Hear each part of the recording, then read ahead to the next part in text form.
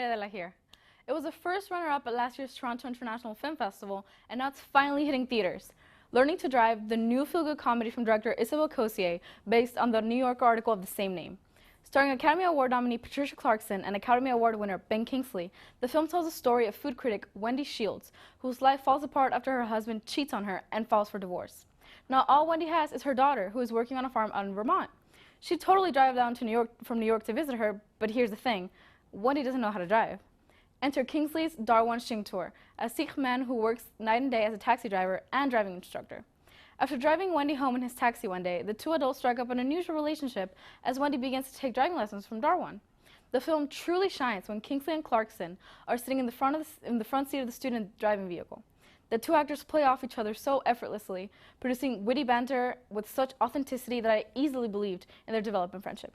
However, there really isn't much else to say about the rest of the movie. The rest of the characters aren't nearly as interesting as the two leads, with the only one coming close being Sharita Chowdhury, who plays Darwan's wife, Jasleen, through an arranged marriage. She gets her own subplot of adjusting to America and trying to learn English, but the resolution ultimately left me unfulfilled.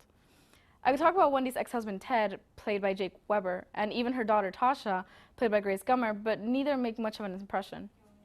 Like Jasleen, any subplot or character development they get, if any, never proves to be of much interest.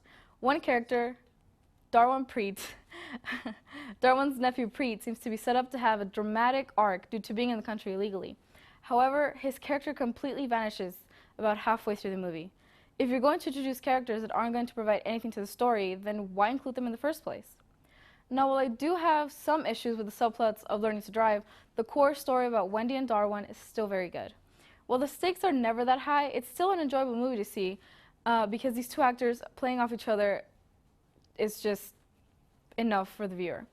It's a light film that just about anyone can relax and enjoy for what it is. Save for a few instances of continuity being broken in the editing, the film flows just fine and looks great visually to boot. It just isn't much to write home about. In the end, it's a movie you can watch it if there's not anything else on TV. And you know what? That's fine with me. I give it 3 out of 5 stars. Back to you guys.